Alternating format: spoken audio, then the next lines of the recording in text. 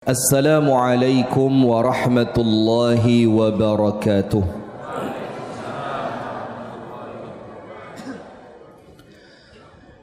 Innal hamdalillah nahmaduhu wa nasta'inuhu wa nastaghfiruhu wa nastahdihi wa natubu ilayhi wa na'udzu billahi min shururi anfusina wa min sayyiati a'malina man yahdihillah fala mudilla lahu wa man yudlil fala hadiya lahu. Ashhadu an la ilaha illallah wahdahu la syarika lahu wa ashhadu anna Muhammadan abduhu wa rasuluh وصفيه من خلقه وخليله صلوات ربي وسلامه عليه وعلى آله وأصحابه ومن والاه.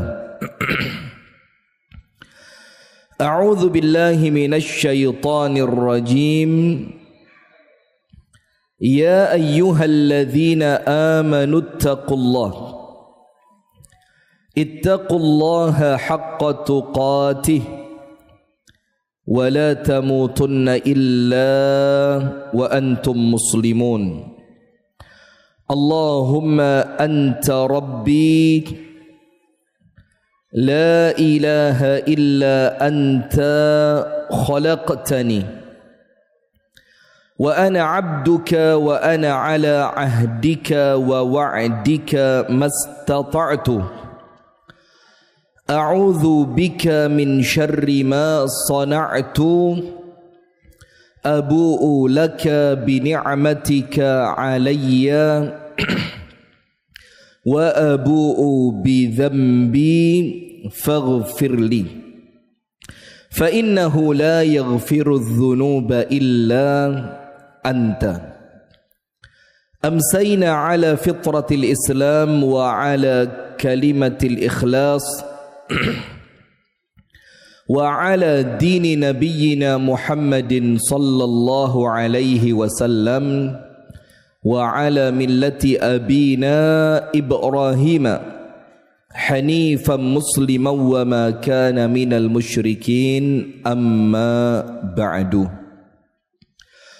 اللهم إنا نسألك علما نافعا ورزقا طيبا وعملا صالحا متقبلا.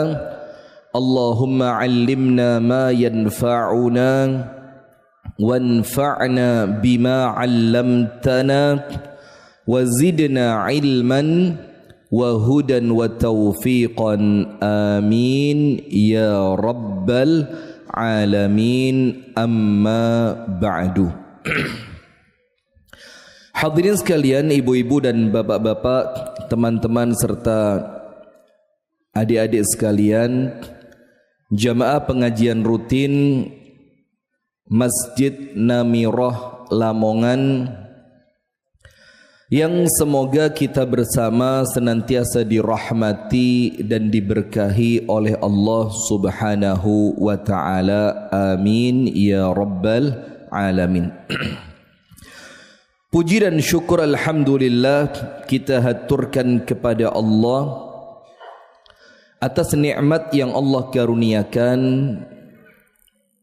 sehingga di malam hari ini kita bisa berkumpul bersama, bermuajahah, duduk bareng dalam rangka ibadah kepada Allah dengan talabul ilmi. Kita berdoa kepada Allah, semoga apa yang kita amalkan, apa yang kita niatkan, apa yang kita lakukan di malam hari ini diterima oleh Allah dan dicatat oleh Allah sebagai ibadah. Amin ya rabbal alamin. Nampaknya Lamongan beda dengan Malang. Kalau Malang liburan sekolah, kajian libur. Jadi pokok liburan sekolah, kajian libur. Bahkan yang mulazamah. Mulazamah itu yang kajian intensif, bukan insentif. Intensif, itu pun libur. Ustadz menyesuaikan agenda sekolah, maka kajian juga diliburkan. Bingung saya, Masya Allah, ini aturan dari mana ini? Ternyata kalau di Lamongan, liburan sekolah, kajian tetap jalan. Dan Masya Allah nampaknya tambah rame. Mudah-mudahan ikhtiar panjenengan, kebaikan panjenengan oleh Allah dicatat sebagai ibadah yang tidak terputus. Amin ya Rabbal Alamin. Salawat beriring salam semoga tercurahkan kepada uswah kita, suri tauladan kita, kekasih kita bersama, Nabi besar, Nabi agung, An-Nabi Muhammad sallallahu alaihi wasallam. Di mana Nabi Muhammad sallallahu alaihi wasallam meluruskan akidah orang-orang di zamannya ketika menyebutkan satu hadis, la syarra safar. Tidak ada keburukan yang disebabkan bulan Safar. Karena di zaman orang-orang jahiliyah mereka itu punya bulan sial. Dan bulan sial yang mereka yakini itu bulan Safar. Jadi satu bulan setelah Muharram, Safar. Bahkan kalau sudah masuk bulan Safar, mereka itu tidak berani melakukan perjalanan jauh. Mereka tidak mau ada acara-acara besar. Bahkan kalau kemudian ada tanaman, tumbuhan, buah-buahan yang waktunya panen, dan bertepatan panen itu dengan bulan Safar, mereka rela buahnya dan hasil panennya rusak, yang penting mereka tidak memanennya di bulan Safar karena takut sial. Nah, di tempat kita bukan Safar, di tempat kita ini yang dianggap sial bukan Safar, tapi bulan apa?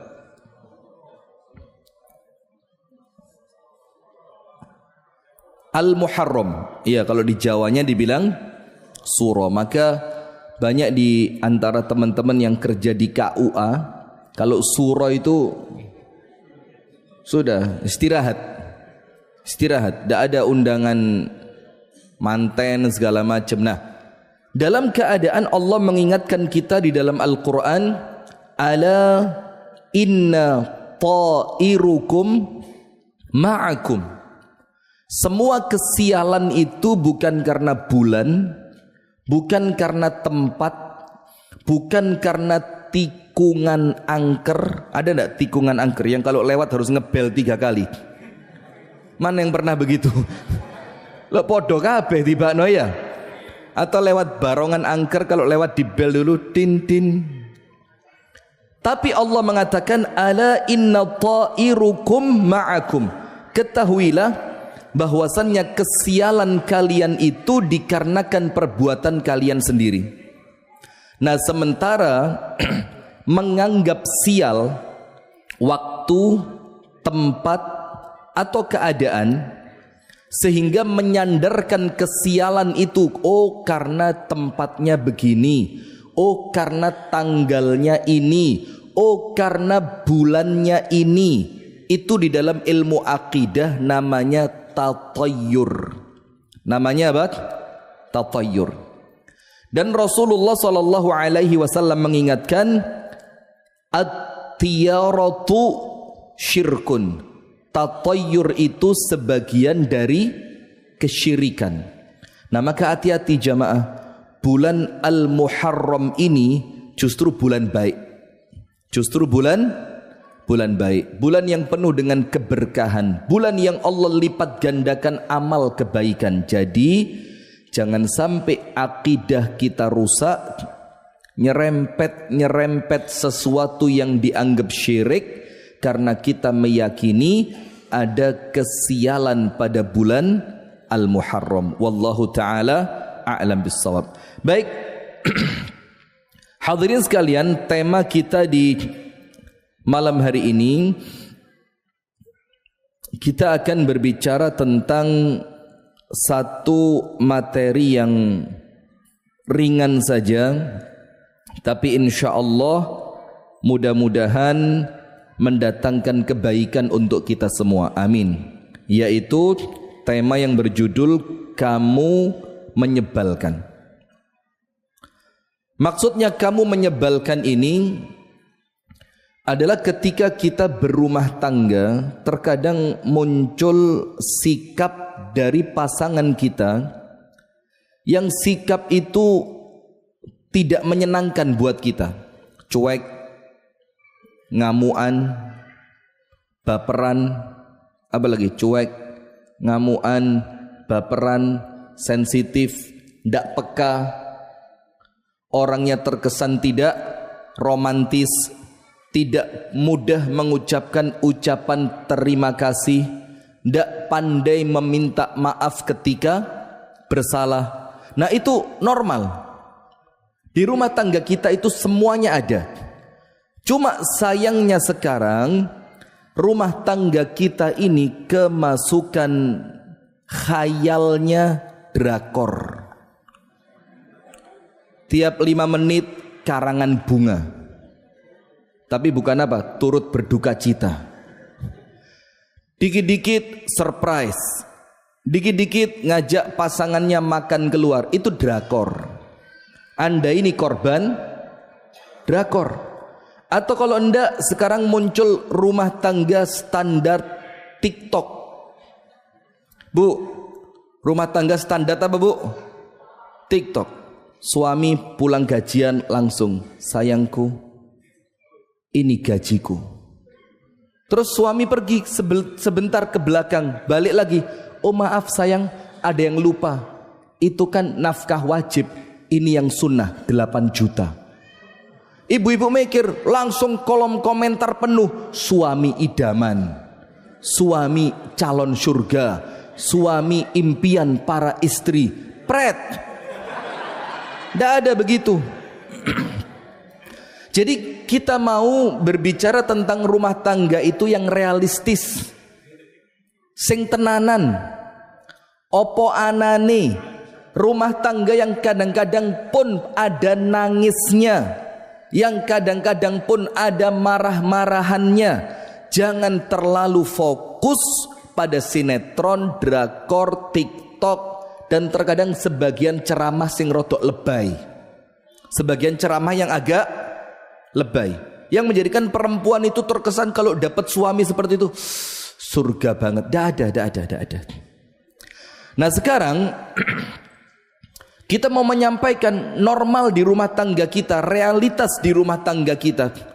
Ketika suami ataupun istri sesekali atau bahkan seringkali, sering apa sesekali,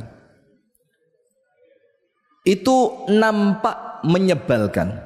Nah, apa yang harus kita lakukan? Ada beberapa, ada 6 langkah, ada 6 poin yang menjadikan kita itu mendulang pahala. Kita akan dapat pahala besar justru ketika kita mendapatkan pasangan yang menyebalkan tadi. Greget nih. Kudu tak cokot kupingnya gitu loh. Jadi menyebalkan banget. Maka ada 6 atau nanti antara 5 atau 6 lah, tergantung mood saya. Kalau mood bagus tak kasih 6. Yang semuanya aplikatif. Dan saya tidak maulah ceramah-ceramah yang tidak aplikatif itu, yang terkesan ngawang, gak iso diamal nih. Ini insya Allah semuanya aplikatif dalam rangka kita itu menghadapi pasangan kita yang menyebalkan. Nomor 1, ketika mulai muncul gelagat pasangan itu menyebalkan, apa yang perlu kita lakukan? Nomor 1, sabar dan tahan emosi. Ojo ngamuan. Jangan ngamuan. Sabar dan tahan emosi itu menjadikan kita itu mendapatkan pahala sabar. Sebagaimana Allah Ta'ala berfirman dalam Al-Quran, ketika Allah menceritakan tentang syurga, wasari'u ila maghfiratin min rabbikum wa jannatin 'arduha as-samawati wal ard u'iddat lil muttaqin. Dan bersegeralah kalian menuju ampunan Allah dan menuju syurganya Allah yang luasnya syurga itu seluas langit dan bumi. Nah, dijelaskan oleh para ulama ketika Allah menceritakan syurga itu luasnya seluas langit dan bumi, itu apa? Litashwiq, supaya kita ini tertarik. Karena kita menganggap syurga itu luas, maka semua orang punya peluang untuk bisa masuk ke dalam syurga. Ada yang lewat pintu tahajud, ada yang lewat pintu baca Al-Quran, ada yang lewat pintu sedekah, ada yang lewat pintu sholat, ada yang lewat pintu jihad, ada yang lewat pintu ilmu. Tapi ingat, juga ada orang yang masuk syurga tadi, pintu yang dilewatinya babu as-sabri, pintu sabar. Nah, maka Allah katakan yang syurga itu luasnya seluas langit dan bumi, u'iddat lil muttaqin, yang Allah persiapkan syurga itu khusus untuk mereka yang bertakwa. Maka itulah kenapa disebutkan di dalam Al-Quran, al-akhillau yawma idzin ba'duhum li ba'din adu ba'duhum li ba'din aduun illal muttaqin.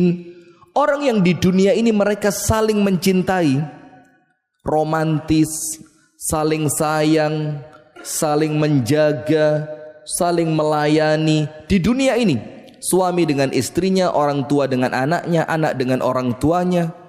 Yang mereka di dunia ini saling mencintai, hati-hati. Allah katakan apa?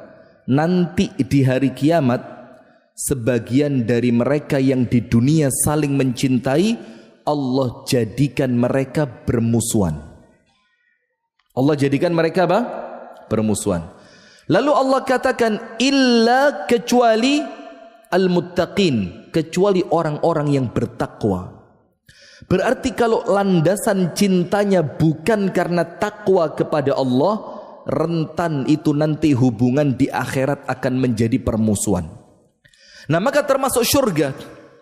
Yang syurga ini Allah jadikan luasnya seluas langit dan bumi. Allah siapkan untuk siapa? Orang yang bertakwa. Allah jelaskan siapa mereka yang bertakwa itu. Alladzina yunfiquna fis sarra'i wad-dharra, yang sedekahnya tidak pernah berhenti dalam keadaan lapang ataupun sempit. Jadi sedekah itu bukan urusan kaya atau miskin, tapi urusan kendele ati. Berani tidak sedekah? Yakin tidak kalau sedekah itu Allah pasti ganti? Yakinkah kita dengan janji Allah bahwa sedekah ini termasuk daf'ul bala, tolak bala? Maka sampai di tempat kita muncul sedekah yang ajaib, sedekah bumi, karena dianggap tolak bala. Ya monggo lah dengan keyakinannya masing-masing. Daf'ul bala. Alladzina yunfiquna fis sarra'i wad-dharra. Berikutnya, wal kadhiminal ghaidh, orang yang pandai menahan emosinya. Wal 'afina 'anil nas, memaafkan kesalahan orang lain. Wallahu yuhibbul muhsinin, terus berbuat kebaikan, tidak pernah berhenti. Sekarang saya mau tanya, kalau menahan amarah dan memaafkan kesalahan orang lain itu adalah perkara yang baik, maka siapa yang paling pantas mendapatkan sifat itu dari kita? Nomor satu, orang tua kita. Jadi jangan macem-macem. Kita ini kadang-kadang baik sama pasangan tapi jahat sama orang tua. Kadang-kadang kita ini gampang memaafkan tetangga yang mengganggu kita, tapi kita tidak bisa maafin orang tua kita. Tidak bisa. Karena orang yang paling layak mendapatkan akhlak terbaik kita di dunia ini siapa? Orang tua. Nomor dua siapa? Pasangan hidup kita. Antara suami atau istri. Jadi ketika ayatnya mengatakan wal kadhiminal ghaidha wal 'afina 'anil nas, menahan emosi dan memaafkan manusia, sing paling pantes dapat itu dari Anda adalah istri atau suami Anda. Jadi sabar, tahan emosi, ojo ngamuan. Ketika kita bersabar atas kekurangan pasangan kita, itu tidak sia-sia dan tidak cuma-cuma. Ada bayarannya. Allah Ta'ala berfirman, wa'ashiruhunna bil ma'ruf. Pergauli pasangan kalian dengan cara yang ma'ruf. Ma'ruf itu apa? Sing apik. Sing apik. Fa in karihtumuhunna, kalau ternyata ada sesuatu yang kalian tidak suka dari pasangan kalian, fa'asa an takrahu syai'an wa yaj'alallahu fihi khairan katsira. Boleh jadi kamu membenci sesuatu, ternyata dari apa yang kalian benci Allah gantikan dengan kebaikan yang luar biasa banyaknya. Apa kata Abdullah bin Abbas tentang ayat ini? Mufassir Habrul Ummah, tintanya umat, yaitu Abdullah ibnu Abbas, menafsirkan ayat ini, pergauli pasangan kalian dengan cara yang baik. Karena boleh jadi ada sesuatu yang kalian benci, ternyata dari yang kalian benci itu Allah ganti dengan kebaikan yang besar. Apa kata Abdullah bin Abbas? Kalau suami sabar atas kekurangan istri, atau sebaliknya, seorang istri sabar atas kekurangan suami, maka dibalik kesabarannya itu Allah bayar, Allah ganti dengan apa? Anak-anak yang solih dan solihah. Bayangin. Jadi tidak titik-titik ngamuk, pore, pegatan, marah, emosi, pukul, cerai. Tidak cocok, tidak terima, marah, pulang ke rumah orang tua, tidak mau balik. Tidak. Tapi sabar. Karena kesabaran itu yang paling pantas kita berikan kepada pasangan kita. Orang yang hidupnya untuk kita. Entah suami atau istri. Sopo pak sing gelem ngladeni panjenengan 24 jam itu loh pak. Bayarannya gak sepiro. Ayo. Pak. Shh. Antum. Ya antum. Ada satu pindah dari belakang ini. Biasanya di mburi hilang bengiki. Mana Haji Didik? Masya Allah. Kenapa sembunyi di sana? Siapa yang mau ngeladeni panjenengan 24 jam itu? Njukukno anduk, njukukno kelambi, masak, kadang-kadang yo campur mijeti. Masya Allah. Ibu-ibu juga bu. Orang mana bu yang mau bayarannya saulan disetorno panjenengan kabeh itu loh.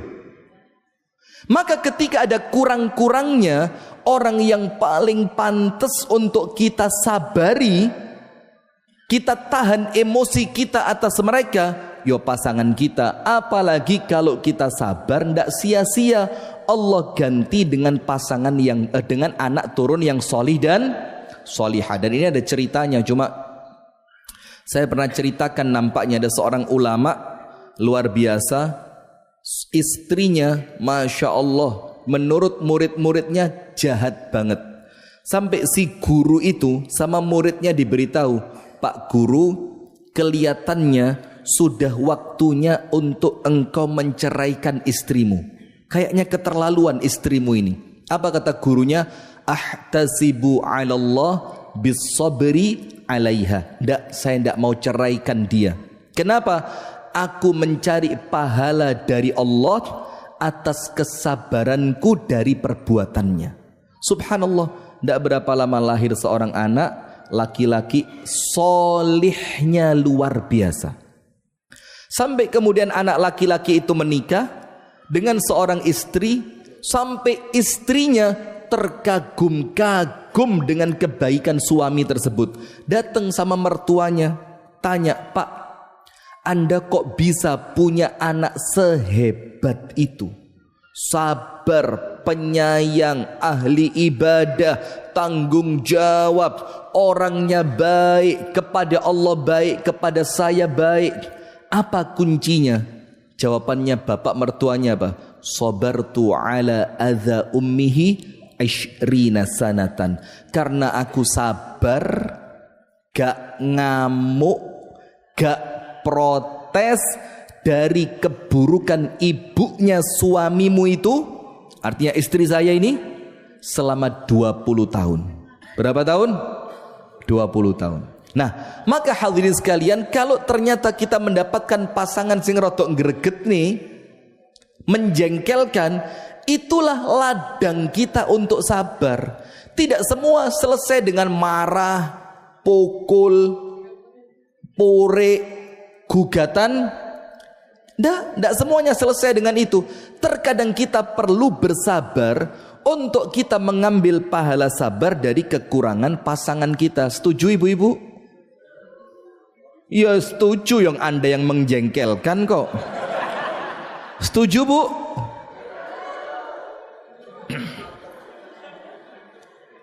Sekarang coba para suami, ya pak, setuju pak? Apa ndak ijol tombok ay? Ijol tombok apa sabar pak? Sabar, itu nomor satu. Jadi nomor satu, untuk menghadapi istri atau suami yang nampaknya menjengkelkan, yang pertama, sabar dan tahan emosi panjenengan. Karena dengan sabar dan menahan emosi itu, Anda dapat dua.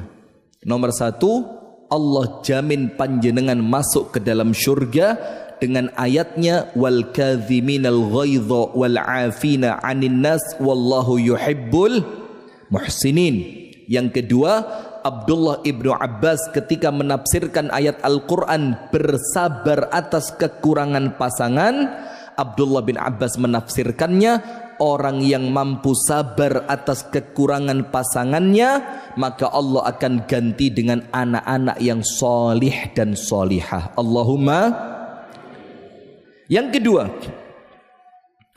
kalau menghadapi pasangan yang rodok menjengkelkan, rodok apa teman?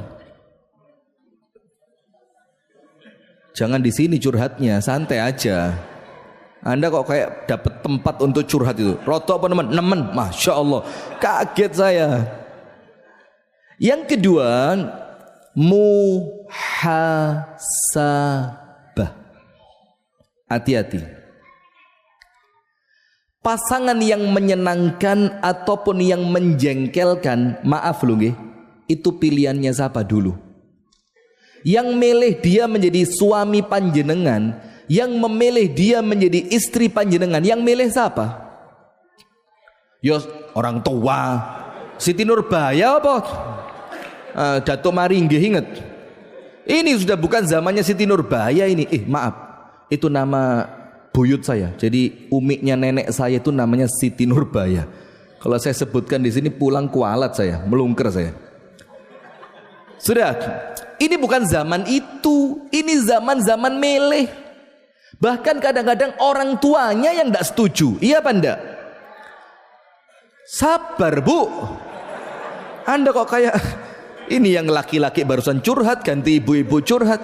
Ini bukan acara curhat dong, malu ini. Nah maka muhasabah. Kenapa dulu Anda yang pilih dia? Terus ada lagi, perempuan tidak pernah salah. Ada tidak kalimat begitu? Tapi kenapa Anda salah pilih suami itu loh?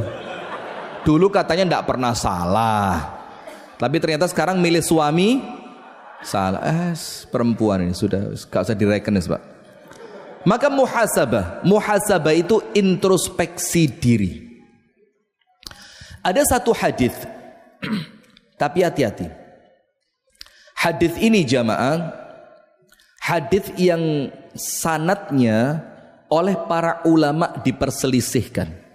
Ada yang bilang dhaif, ada yang bilang hasan. Jadi minimal ada dua pendapat dari kalangan para ulama. Kalau mengatakan hadis ini hasan, maka boleh dipakai dengan semua konsekuensinya. Kalau ulama yang mengatakan hadis ini dhaif, maka selama tidak digunakan di dalam ranah akidah dan ibadah, maka boleh. Jadi dua-duanya masih bisa dipakai. Apa hadisnya? Kurang lebih artinya begini.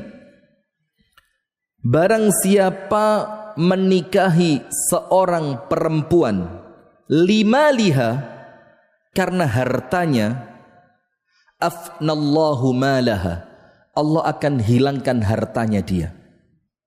Jadi siapa yang menikahi pasangannya, ya boleh laki, boleh perempuan. Cuma dalam teks hadis ini perempuan. Barang siapa menikahi perempuan karena hartanya, maka Allah akan binasakan hartanya. Hilang hartanya. Dan barang siapa menikahi perempuan li jamaliha, karena kecantikannya, Allah akan hilangkan kecantikannya itu.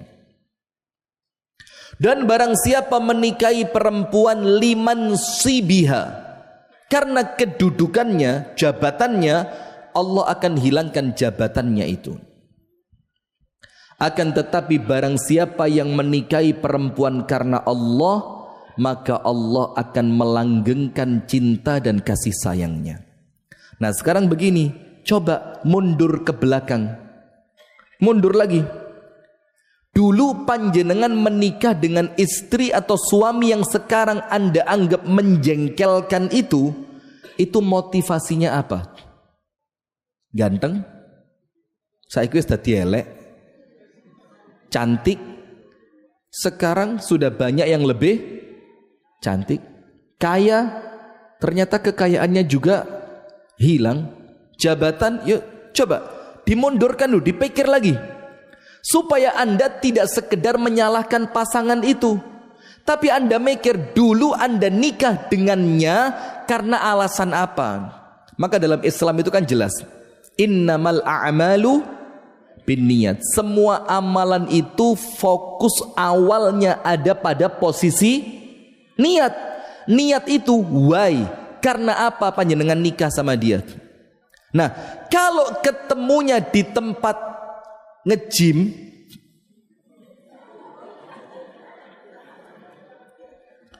terus ternyata dia Anda nikahi lah kok orangnya kasar, ya enggak semuanya loh ini ya, nanti disclaimer ini jadi masalah mana ini. Kalau ternyata orangnya kasar, ya pantes. Wong Anda mendapatkannya di tempat yang tidak dekat dengan masjid, ilmu, ibadah, kebaikan. Anda ketemu pasangan di mall, lah kok ternyata dia ndak bisa masak, ya pantas ketemu ndek mall. Anda ketemunya di Car Free Day. Lamongan ada Car Free Day? Ada ya? Di Mantrup ini?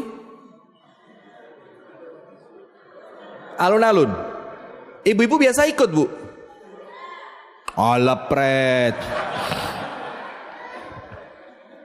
Kalau ketemunya di tempat-tempat yang tidak baik, terus Anda kepingin pasangan Anda baik, yo maaf, jauh panggang dari api. Anda ketemu pasangan, mek kepencut dengan cantiknya tok. Terus ternyata pasangan yang Anda kepencut dengan cantiknya itu ndak iso ngerumat anak, yo pantes. Sabar. Gak usah melok ngomong, Masya Allah. Ustadznya kan saya di sini.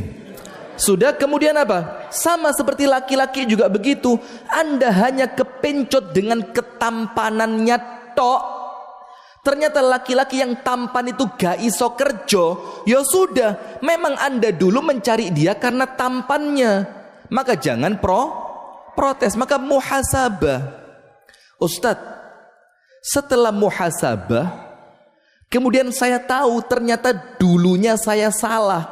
Apa yang saya lakukan sekarang? Ayo apa? Bagaimana? Balik ke pasal 1. Istri tidak pernah salah. Oh, balik sabar lagi. Oh, enggak. Ya sudah, bagus. Boleh juga ya, balik ke nomor 1 lagi, sabar. Enggak. Kalau ternyata memang Anda sadar setelah Anda muhasabah ternyata Anda salah, padahal jelas hadisnya mengatakan perempuan dinikahi karena 4: cantik, kaya, keturunan, agama. Rasul bilang pilihlah yang mengerti agama. Ternyata Anda lewatkan hadis itu. Atau untuk laki-laki, idza ja'akum man tardawna dinahu wa khuluquhu fazawwijuh. Kalau datang seorang laki-laki ngelamar anak gadis kalian, laki-laki itu akhlaknya baik, agamanya baik, terima, ojo ditolak. Itu panduan agama. Lah kok ternyata Anda bikin panduan sendiri. Terus ternyata introspeksi, oh pantes dulu saya menikahi dia bukan karena agamanya. Oh pantes dulu saya menikahi dia karena dia waktu itu kaya raya. Oh pantes. Terus apa yang Anda lakukan? 2. Nomor 1, tobat. Karena Anda telah salah di dalam niat. Perlu tobat apa enggak? Perlu tobat apa enggak? Sampun apa dereng? Atau belum sadar sampai sekarang? Tobat. Minta maaf kepada Allah, minta ampun kepada ya Allah, saya lalaikan tuntunanmu ya Allah untuk milih yang seperti ini, untuk tidak milih yang semacam ini, untuk melakukan pernikahan dengan cara ini. Coba muhasabah, tobat. Yang kedua, perbaiki mulai sekarang. Ngobrol, oh dulu ternyata saya salah milih karena wajahnya. Maka setelah tobat diperbaiki, diluruskan kembali arah kompas rumah tangga itu. Yang kompasnya mulai keliru, diluruskan lagi. Oh berarti rumah tangga itu yang kita cari adalah ridho dari Allah. Maka ojo ngamuan. Termasuk orang tua kalau ngelihat anaknya nakal, ojo digepuk, ojo dijeriti, ojo disentak. Belilah cermin berkaca. Nanti Anda akan tahu, oh ya tidak salah kalau anakku seperti itu. Harta saya haram. Awal nikah tidak ngerti agama. Saya dulu di awal-awal jarang sholat. Istri saya nikahi dalam keadaan dia tidak menutup aurat dengan baik. Mana mungkin dengan bahan dasar yang jelek akan muncul hasil produksi yang baik? Kan ya nggak mungkin. Nah maka muhasabah. Yang ketiga, ketika mulai muncul pasangan yang greget nih, nomor 1 sabar, tahan emosi. Nomor 2, mulai muncul waktunya kita untuk muhasabah, introspeksi diri. Aku sopo, pasanganku sopo, tak pilih karena apa, dia datang kepada saya lantaran apa, apakah ada niatan karena Allah di dalam pernikahan atau tidak. Yang ketiga, komunikasi, duduk dari hati ke hati. Ini penting. Ketika Anda tidak mampu membangun komunikasi yang baik dalam rumah tangga, yo tambah greget, tambah menjengkelkan, tidak akan selesai. Tapi terkadang komunikasi itu dalam rumah tangga memang menjadi PR untuk orang sekarang. Kenapa? Ketika istri diajak duduk bareng, Dek, ayo duduk bareng. Mau ngomong serius itu seperti ono apa sih? Oh apa ae? Ora usah wis ngomong wis kayak biasane ae katik serius barang. Itu kadang-kadang istri, kadang-kadang suami itu di WA istrinya. Mas, cepet pulang ya. Ada sesuatu serius yang saya mau bicarakan. Langsung ngecek WA. Wis tak busa apa durung wingi ya? Astagfirullah.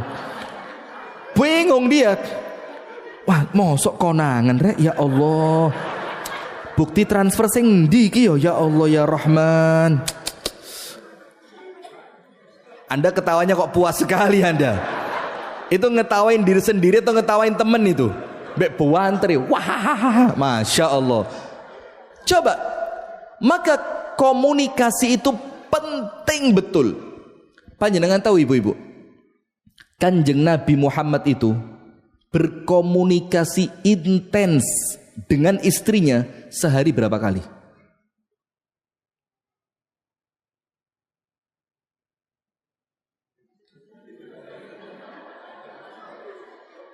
Ini tawadhu apa enggak tahu? Terus dalam keadaan enggak tahu begini kepingin rumah tangganya baik begitu? Nomor 1, ba'da subuh. Setelah subuh. Nabi Muhammad itu sepulang sholat subuh itu keliling ke satu persatu istrinya. Sebelum yang pengen nikah lagi tuh, dengerin dulu ini. Anda istri satu aja gak tahu dijak ngomong belas kok katanya nambah itu dari mana? Ini satu persatu. Rasulullah pulang sholat subuh sampai syuruk, sholat sunnah, kemudian pulang. Kemudian istrinya ditanya, ada yang bisa dibicarakan enggak? Ada cerita apa? Ada sesuatu yang perlu dikomunikasikan enggak? Ada yang perlu ditanyakan enggak? Kamu perlu apa? Satu sampai yang satu itu selesai tuntas baru pindah ke istri yang berikutnya. Itu nomor 1 setelah sholat subuh. Yang kedua kapan? Menjelang maghrib. Jadi ini waktu komunikasi terbaik ini Pak. Setelah subuh. Lah Anda subuhan jam 8 garai. Ya telat kate nang kantor istri ngajak ngomong gak nutut. Telat iki. Setelah subuh itu pikiran apa? Jernih. Anak sekolah zaman dulu kalau mau ujian, belajar paling cepat masuk kapan? Habis subuh, ya benda. Waktunya berkah. Rasulullah berdoa, Allahumma barik li ummati fi bukuriha. Ya Allah berkahilah umatku di waktu pagi mereka. Yang kedua, menjelang maghrib. Kalau Nabi Muhammad tidak ada undangan, maka Nabi Muhammad keliling lagi. Keliling. Itu berarti sehari minimal berapa kali? 2. Kalau Nabi Muhammad ada undangan, biasanya undangan makan, maka istrinya tahu Nabi Muhammad tidak ada waktu buat keliling. Terus bagaimana? Istrinya itu 9 kumpul di rumah istri yang nanti malam jatahnya dia. Anda jangan bayangin, tidak mungkin. Ngeluh-ngeluh Anda. Misalkan ya, nanti malam jatah ibunda Aisyah radhiyallahu anha. Maka ketika Nabi Muhammad ada acara undangan setelah asar, kan tidak nutut keliling kalau ada undangan. Apa yang terjadi? Istrinya sudah tahu, kita kumpul bersama di rumahnya Aisyah. Nanti di situ Rasulullah duduk, Rasulullah dengerin cerita mereka, Rasulullah cerita kepada mereka, Rasulullah tanya apa yang mereka perlukan. Dan ketambahan 1 bonus untuk yang istri itu, malam itu jatahnya dia. Menjelang tidur atau setelah tahajud, kalau Nabi Muhammad lihat istrinya tidak tidur lagi. Bayangin, kita ini komunikasi susah banget. Di mobil saja, safar, itu tidak ngomong sama istri.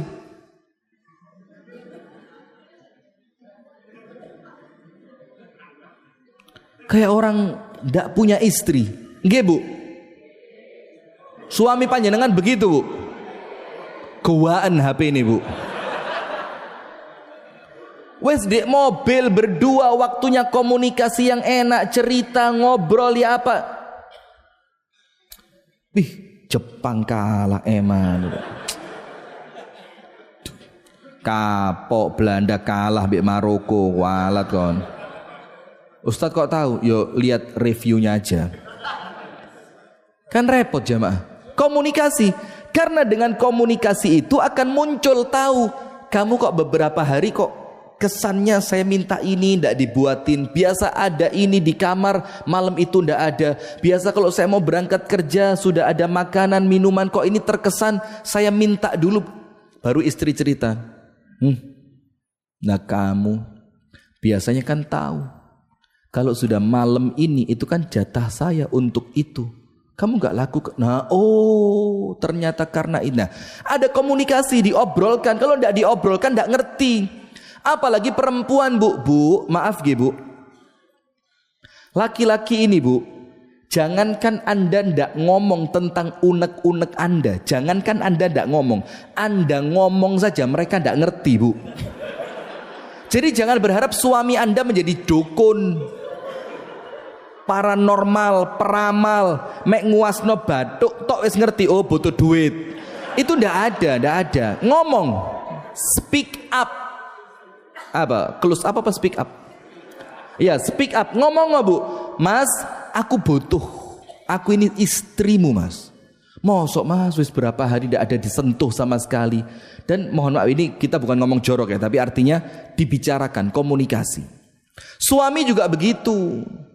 Tahu enggak cerita yang katanya Nabi Muhammad itu kalau istrinya masak kasinan gak tahu protes. Itu Pak, sesekali lek ben masak kasinan yo hipertensi kabeh ini. Ya ngomong sama istri, "Dek, maaf. Saya hargai kamu masak.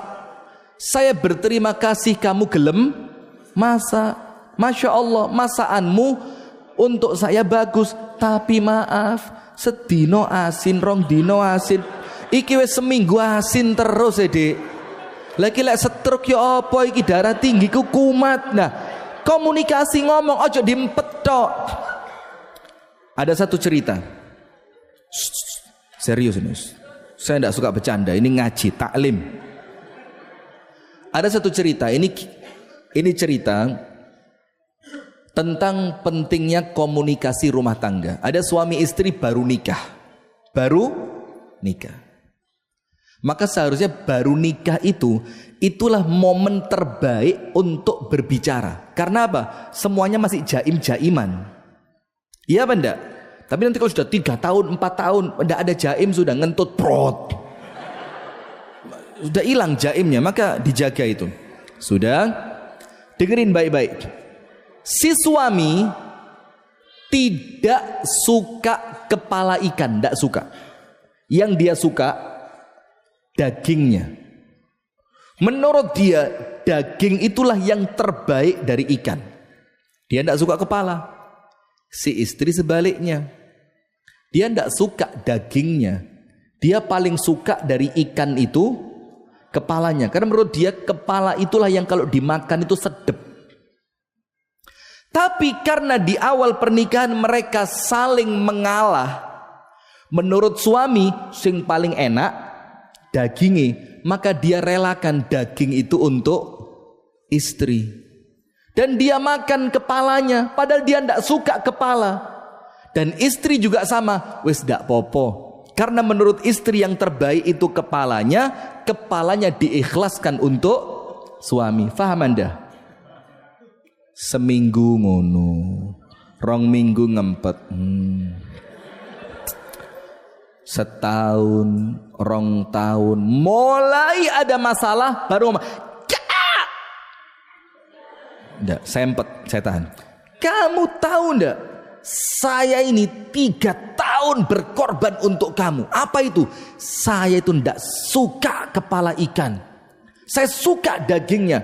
Tapi untuk menghormati kamu, apa yang paling saya suka saya kasihkan untuk kamu. Kata istrinya apa? Pret. Podoai. Aku gak seneng dagingnya iwak, senenganku ndase. Gara-gara ngeregani sampean, ndase tak kekno sampean. Kata suami apa? Ya Allah, coba ngomong ket biyen. Sampean entuk sing sampean senengi, aku entuk sing tak senengi. Gara-gara ndak ada komunikasi. Nabi Muhammad komunikasi sama istrinya. Nah, maka itu penting. Jadi ketika istri mulai nampak menjengkelkan, suami mulai nampak menjengkelkan, jangan segan untuk apa? Komunikasi. Yang keempat, suami pernah ndak doain istri secara khusus selain doa Rabbana hab lana min azwajina wa dzurriyyatina qurrata a'yun waj'alna lil muttaqina imama. Pernah ndak punya list daftar doa untuk istri? Jujur. Ibu jangan ikut jawab. Saya tanya suami kok enggak. Anda ini suudzon. Gimana mau baik suudzon? Pernah, Pak? Pernah? Masya Allah, 1 pernah. Yang lain? Yang artinya tenanan loh ini, Pak. Bukan sekedar pengajian loh ini. Yang ya Allah, istriku capek ya Allah. kuatkan badannya. Ya Allah, istriku itu punya anak banyak ya Allah, jadikan dia telaten untuk ngurus. Ya Allah, dia itu kepingin punya ini ya Allah, berikan apa yang dia inginkan ya Allah. Ya Allah, dia itu perempuan yang pemarah, lembutkan hatinya. Pernah? Istri sebaliknya pernah mendoakan suami seperti itu. Ya Allah, suamiku ini ya Allah. Ibu-ibu tahu perempuan di zaman salaf dulu, ketika suaminya berangkat kerja, itu istri mengantarkan sampai depan pintu, kemudian dia berpisah dengan suami, dicium tangannya, didoakan suaminya, diingetin suaminya apa? Mas, ojo golek sing haram yo mas, carilah yang halal. Kalau ndak dapat mas, sehari, 2 hari, 3 hari kami kuat ndak makan.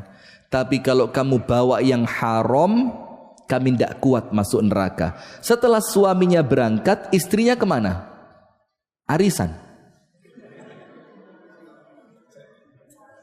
nge-gym, zumba, senam. Ndak, istrinya masuk ke tempat sholatnya. Anda cek dalam kitab Min Akhlaqis Salaf, masuk itu istri ke tempat sholat. Suami kerja, istri berdoa. Doain suaminya, ya Allah, jangan sampai suamiku kepincut dengan teman sekantornya ya Allah. Hati-hati loh bu, sekarang ada istirahat siang loh bu, jam makan siang loh. Dan Anda tidak tahu apa yang dilakukan suami Anda di waktu jam makan siang. Hayo, hati-hati. Maka kalau jam makan siang bu, video call sama suami, terutama suami-suami yang duwe rada akeh iku, video callan. Ayo mas, video call. Nggak bisa ndak, lagi makan siang video call. Harus tiap makan siang. Nah, doain, karena doa ini memiliki pengaruh yang sangat besar. Sampai begini, ini tentang apa? Tentang doa. Ketika seorang suami mendoakan istrinya, itu kebaikannya akan kembali sama dia. Karena kalau istrinya baik, istrinya nurut, istrinya taat, istrinya sopan, istrinya mengabdi dengan penuh keikhlasan, yang senang siapa? Suami. Begitupun sebaliknya, ketika istri mendoakan suami, dijaga pandangannya, diselamatkan hatinya, dijauhkan dari fitnah, diberikan rezeki yang halal. Ketika muncul gelagat suami mulai menjengkelkan, doa sama Allah, ya Allah, hati suamiku itu di tanganmu ya Allah, ada dalam genggamanmu ya Allah, maka perbaiki sikapnya ya Allah. Itu kebaikannya kembali kepada panjenengan.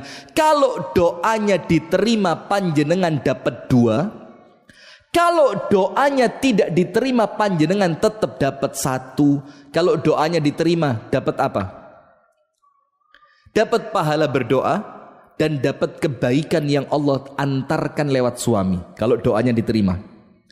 Kalaupun doanya tidak diterima, minimal panjenengan dapat pahala berdoa. Tapi hampir tidak ada doa yang sama Allah tidak diterima. Wa qala rabbukum ud'uni astajib lakum. Ada satu kisah tentang doa ini. Anda silakan lihat di dalam Ajaib Al-Israiliyat, keajaiban-keajaiban kisah Israiliyat. Dan Rasulullah tidak melarang kita. Rasulullah dalam hadis yang sahih mengatakan apa? Hadithu an Bani Israil wala haraj. Ceritakan tentang Bani Israel, tidak apa-apa. Wala haraj, tidak apa-apa. La tusaddiqu wala tukadzibu. Tapi rambu-rambunya apa? Jangan diterima 100% dan jangan ditolak 100%. Maka kalau antum buka kitab tafsir Ibnu Katsir, banyak kisah Israiliyat. Karena Ibnu Katsir ngerti Rasulullah tidak melarang. Nah, kisahnya begini. Ada perempuan di zaman Nabi Musa. Perempuan itu akim. Akim itu apa? Mandul. Perempuan itu apa? Mandul. Datang sama Nabi Musa, ngomong, ya Musa, innaka kalimullah. Musa, panjenengan itu nabi yang langsung bisa komunikasi dengan Allah. Terus kenapa kata Nabi Musa? Saya ini Nabi Musa nikah dicerai, nikah dicerai, nikah dicerai. Kenapa? Saya tidak bisa punya anak. Ketika suami saya menceraikan saya, dia menikah dengan perempuan yang lain, dia punya anak. Begitu seterusnya, semakin kelihatan kalau yang mandul itu saya. Maka doain Nabi Musa, saya baru nikah, saya tidak mau dicerai lagi. Tolong doakan kepada Allah agar Allah mencatatkan untuk saya seorang anak keturunan. Apa kata Nabi Musa? Tak doain. Sudah. Ketika Nabi Musa bermunajat kepada Allah, apa yang terjadi? Nabi Musa lupa perempuan itu. Lupa tentang perempuan tadi. Maka oleh Allah Ta'ala, Nabi Musa langsung diingetin. Apa kata Allah Ta'ala? Ya Musa, laka amanah, addi amanataka. Wahai Musa, kamu punya janji, ayo tunaikan janjimu. Langsung Nabi Musa ingat, oh iya ya Allah. Nabi Musa berdoa, ya Allah, ada seorang perempuan begini, dia minta kepadamu ya Allah agar engkau karuniakan untuknya seorang anak. Apa jawaban Allah Ta'ala? La ya Musa, tidak bisa. Tidak bisa. Kenapa? Ini qad katabtu annaha aqim wa hadza ila yaumiddin. Musa, aku telah menuliskan di dalam Al-Lauhul Mahfuz perempuan itu mandul sampai mati, tidak bisa. Bayangin, jawaban langsung dari siapa? Allah. Ketemulah Nabi Musa dengan perempuan tadi. Bu, yang sabar. Semua yang Allah tunda darimu di dunia, Allah akan ganti kelak di surga. Diberitahu, ada apa? Aku telah mendoakan untukmu agar Allah memberikan anak turun kepadamu. Ternyata Allah menjawab, annaki aqim, engkau mandul sampai mati. Sudah, pisah Nabi Musa dengan perempuan tadi. Beberapa tahun setelah itu, apa yang terjadi?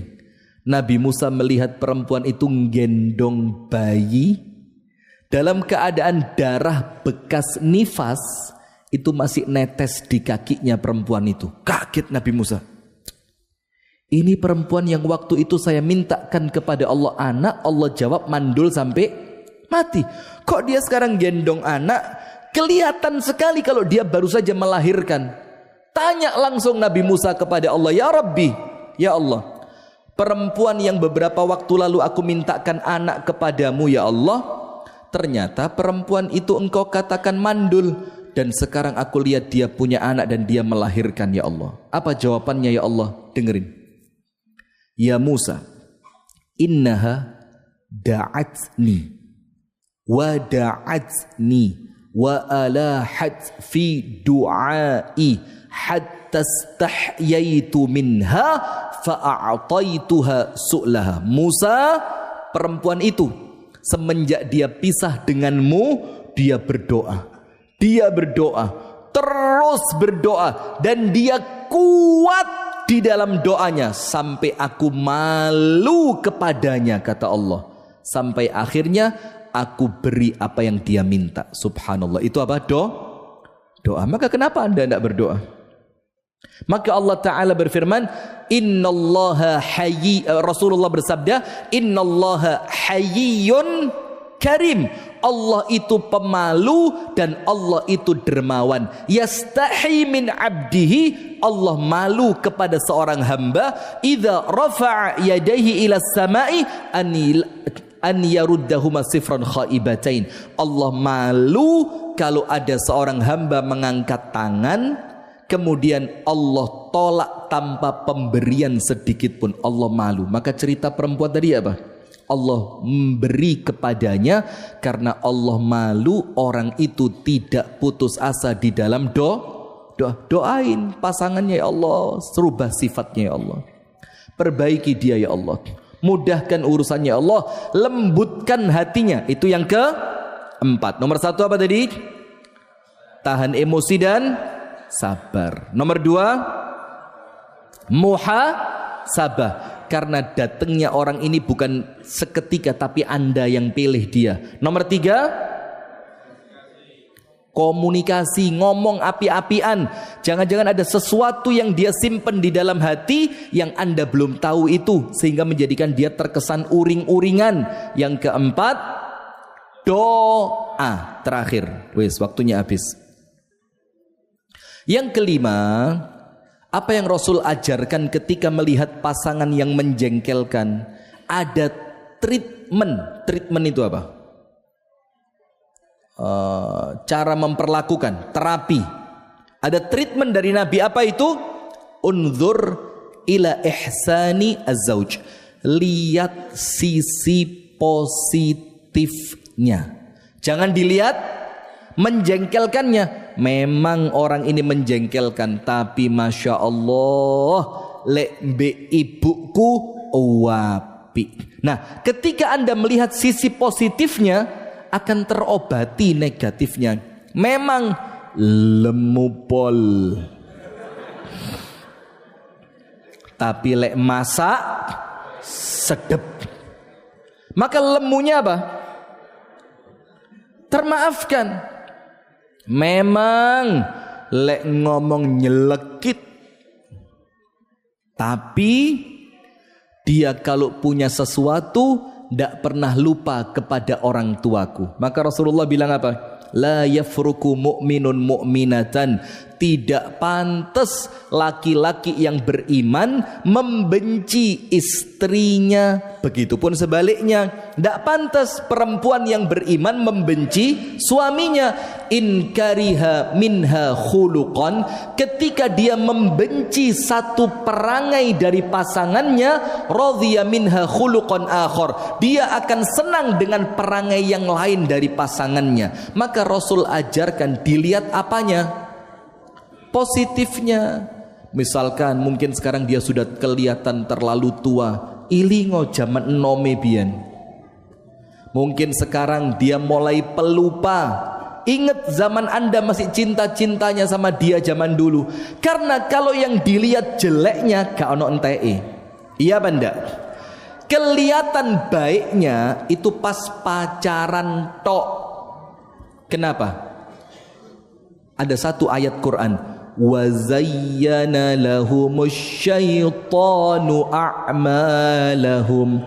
Orang itu kalau maksiat sama setan yang ditunjukkan api-api etok, sing ayu-ayu netok, sing positif-positif etok, rambutnya api, irunge bangir, lambene sekarang berubah.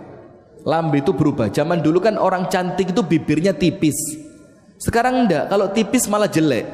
Maka kalau nggak lipstick saiki perempuan itu rodok munggah mendukur, sret, sret, sret, sret, ceketor rodok jedir. Masya Allah. Itu kalau masih haram, sama setan ditunjukkan baik-baiknya. Lek ngomong enak, diajak curhat, nyambung. Orangnya pengertian, pacaran. Kalau sudah nikah, apa yang terjadi? Kalau sudah menikah jamaah sekalian, Allah tahu ini sudah halal. Setan ngerti, lek halal dilakoni pahala. Apa yang terjadi? Maka sama setan malah diketokno ele-ele, rangkulan pahala, krosot dirangkul, gak nutut tanganku kegeden. Awak ngini lulu, ono aya alasane. Rangkulan, gak iso turu aku, sumuk lamongan omahe gene AC lho. Ketika sudah menikah, sama setan yang ditampakkan apanya? Jeleknya. Maka panjenengan ojo katut setan. Panjenengan harus punya cara untuk melihat positifnya. Iki lho api, orangnya sabar banget. Dulu waktu saya sakit dia ndak pernah mengeluh merawat saya. Sekarang saya sembuh, ya kudu tak openi. Mas yo tah wis rada elek saiki. Nah, begitu. Dilihat apanya? Positifnya. Nah, maka jamaah sekalian, penutup dari kami. Ingat, rumah tangga itu jamaah bukan sekedar menyenangkan nafsu.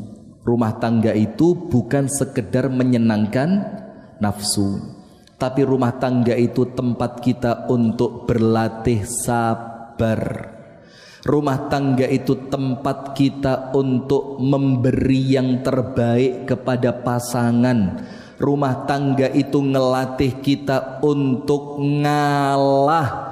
Rumah tangga itu melatih kita untuk memahami kekurangan pasangan yang endingnya akan mengantarkan kita menuju ridho dari Allah. Sementara setan menginginkan panjenengan pisah. Karena setan itu dikasih kehormatan oleh iblis ketika dia mampu menjadikan rumah tangga itu cerai. Wallahu ta'ala a'lam bissawab. Itu yang dapat kami sampaikan. Semoga ada manfaatnya. Kurang dan lebihnya mohon maaf. Semoga kita semua oleh Allah diberikan rumah tangga yang sakinah, mawaddah warahmah. Allahumma amin. Hadanallahu wa iyyakum ajma'in. Subhanakallahumma wa bihamdika asyhadu an la ilaha illa anta astaghfiruka wa atubu ilaik. Assalamualaikum warahmatullahi wabarakatuh.